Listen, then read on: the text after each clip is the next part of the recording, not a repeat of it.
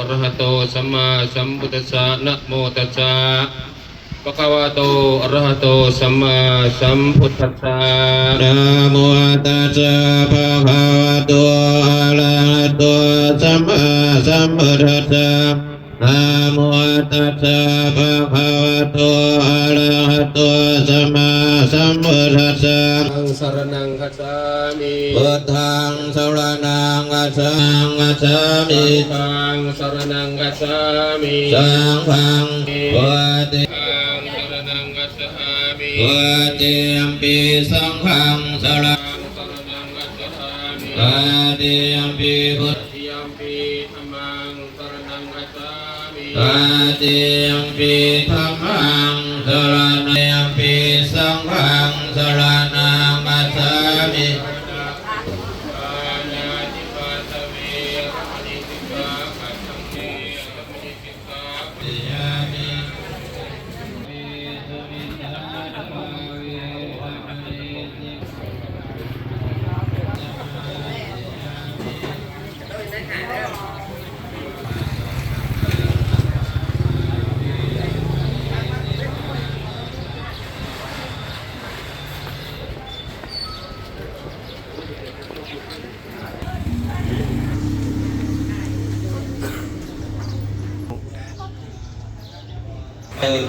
พวกข้าน้อยทั้งหลาย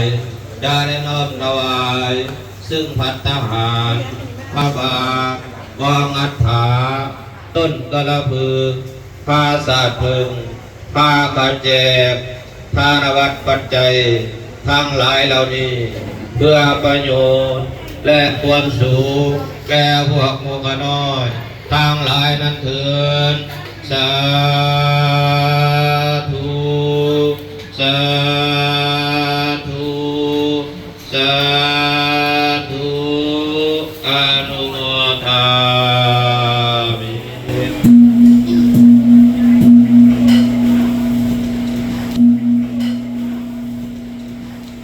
อาเยนะวะจนะวะเดตัสสวะสังฆิกุกามังภะกตังมายายังสังฆวปฏิกันนันตัวจยุตตังปาลันตาริสาวริตุอาสังคี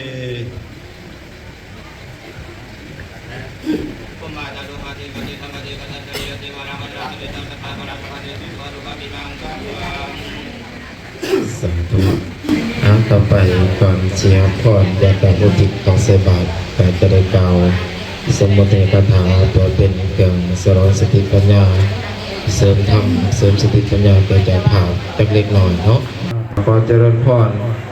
และยังบรรดาเจ้าภาพมามีวันนี้ก็มีเมยามณีวันสายอำนาจ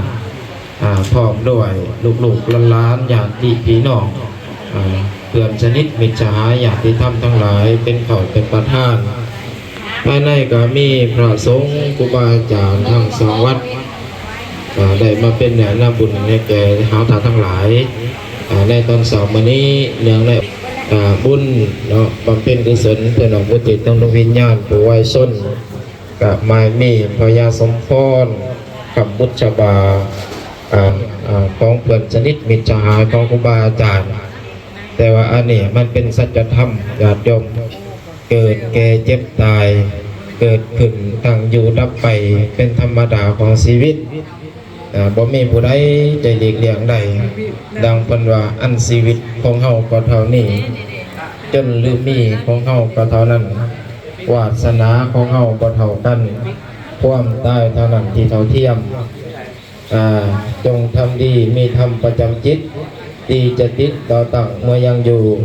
ยามไปดีมีธรรมของคำสู้ดีจะอยู่เมื่อภาคยามจากเพราะฉะนั้นบุญกุศลคุณงามความดีตอนเรายังมีชีวิตอยู่ให้ควรเห็นควรกระทำควรสั่งควรสาให้เฮ็ดไว้กระทำไว้เพราะว่าความตายบ่ได้เลือกหน้าบ่ได้เลือกมื้อบ่ได้เลือกวันคือพญาสมพรเนี่ยเพิ่นก็บ่ว่าเพิ่นสิไปที่นี่นะแต่ว่าเมื่อมันมาหอดกันถึงแล้วยิงตามของใครของมันอันนี้มันเป็นสัจธรรมของโลกญาติโยมเพราะฉะนั้นแหละเข้ามาในมื้อนี้แม่นมาปรารภเหตุ ก็คือมาสาหนาก็ทำบุญภาษาลาวว่าแก้เข่าเนาะบุญแก้เข่าถ้าภาษาพระเอิ้นว่าทักขินานุปทาน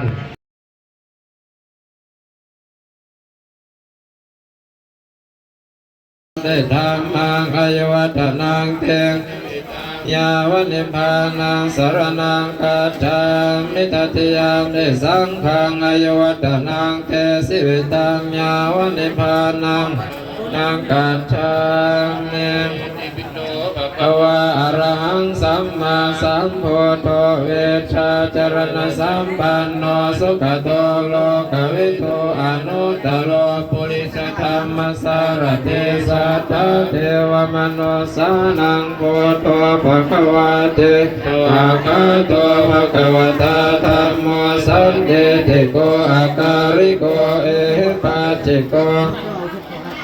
โกปัจจตังเวทิตาโพวิญโยเอเตสุปฏิปันโนภะคะวะโตสาวกสังโฆโอสุปฏิปันโนภะคะวะโตสาวกสังโฆยายาปฏิปันโนภะคะวะโตสังโฆสามีจิปฏิปันโนภะคะวะโตสาวกสังโฆยติตังเกตาลิปุริสายุคาเนียทาปุริสาบุคลาสาวกวะโตสาวกสังโฆอาหุนายโยปาหุนายโยอินายโยอัญจริกรณิโยอนุตตรังปุญญังตังโลกัจฉาติตตมันกรานิมาลาติเลกมะปิโยสิตาสัพพะเตงโกรังลาวกามะกามะตาตยาคังกันเทสุทันตาวิธินาสิตวามุเนนโทเอสสะภวันตุเตกิ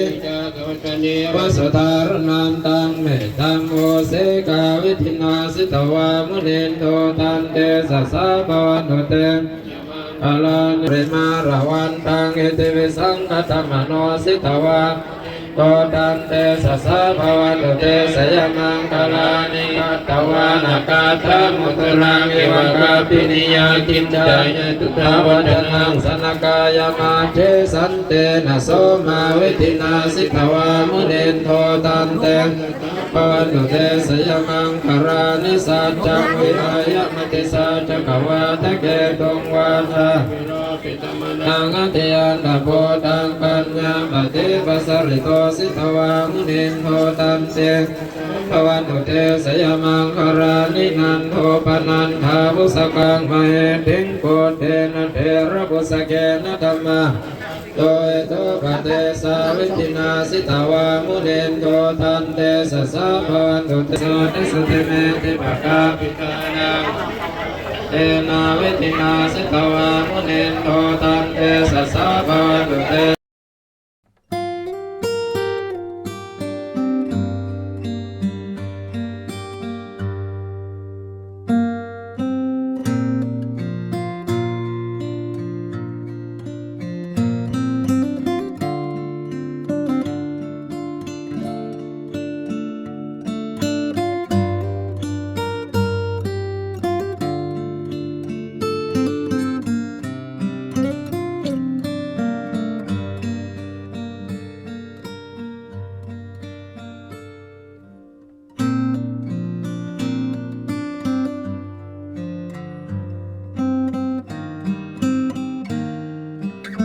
ทานอาหารก่อนเนาะ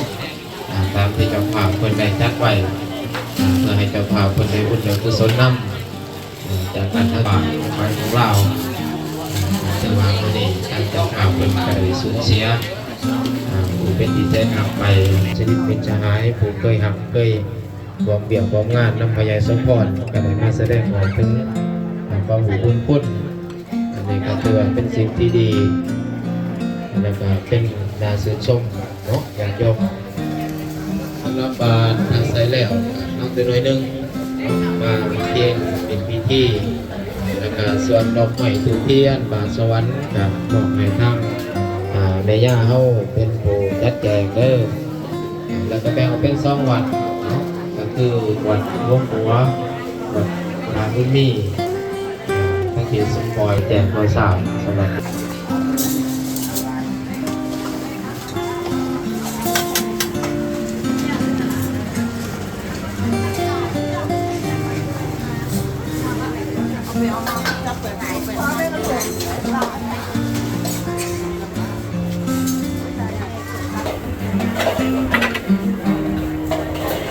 เ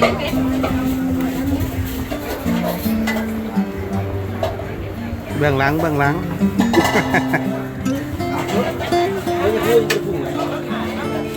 เฮ้ยจะพูดยังไม่ได้พูดเลยมันสอง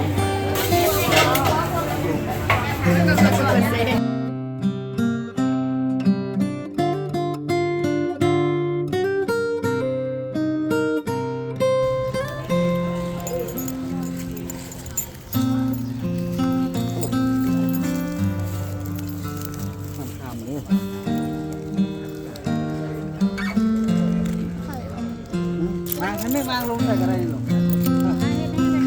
จะมาไว้นี่ไอ้เอามาจับนี่ก่อนจับหนูจับ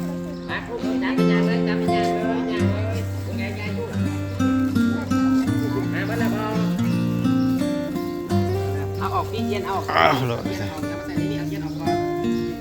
ไอ้เจ้าเม็ดเอาเย็นออกมันจงตรงไม้ก่อนไปคนละผมเอาตรงไม้มันให้เลยปลูกไปหน้าโน่นลูกน้ำมาจับแม่ลูกมาลูกมาโตมาจับวิ่งแอดมาจับเอาไปนะจับมันตรงเด้อชื่อกับตัวคอนะจะเข้าเด้อนี่มาเด้อมา นั่งนั่งนั่งไม่มา เยี่ยมมากก่อน เล เด้อย รับ ไม่จับไม่ไม่ไหว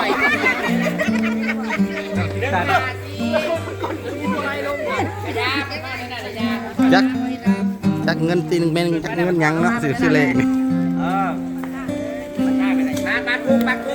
มามุนจะทานแล้วแดดคนนะ อ้าวก็ไปคดนั่นน่ะ ขามาลูกหลานนะขามา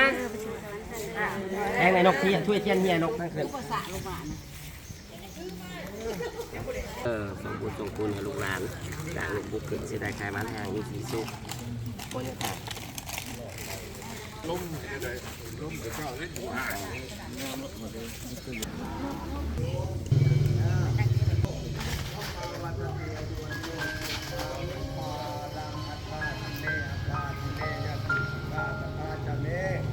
เมตนังตากินังตัสสะมุเรกตะมนุปลังไหลดังว่าโพโตวายาวัญญาปาริเทวนานาตังอาอุลาลาภันจะคุณนำบาลุปังตุเมหิปุญญังภาคิตังอนาปากันติขอส่วนบุญสุขสอนที่เจ้าภาพศรัทธาลูกหลานญาติพี่น้องผู้อยู่ใกล้และไกลในพ่อเพียงการได้ตั้งความเจในถวายขึ้นแจมีกองอัฐะบางสุขุมสัตว์เพิงผลพลังเพิงพร้อมด้วยเครื่องบริวารทั้งหลายเหล่านี้ขอส่วนบุญสุขสนดังกล่าวนี้จงไปเหาะไปถึงดวงวิญญาณทางสมพรพระพุทธบาพุทธิละลูกนี้ไปสู่โลกนาเมื่อได้หับส่วนบุญสุขสนน้ำลูกน้ำหลานน้ำญาติพี่น้องผู้อยู่ภายหลังนี้แล้วขอจงน้ำต้นขึ้นไปเกิดบนดีตนสุขถ้าว่าดวงวิญญาณสุขทุกข์ก็ขอให้พ้นจากทุกข์ถ้าว่าดวงวิญญาณสุขทุกข์ขอให้สุขนี้เป็นอีกประการหนึ่งขอจงมาม้วยไว้ใช้ให้พรผู้อยู่ภายหลังลูกหลานญาติพี่น้องผู้อยู่ใกล้และใกล้ถูกมีถึงความสุขความเจริญให้สุขให้สุขให้ลูกให้ไปหายขอหายเข็นให้ประหยัดโลคาให้เป็นสุขการสุขใจอยู่ดีไม่แห้งเด้อทุกคนนั้นขอพา สาธุอนุโมทนา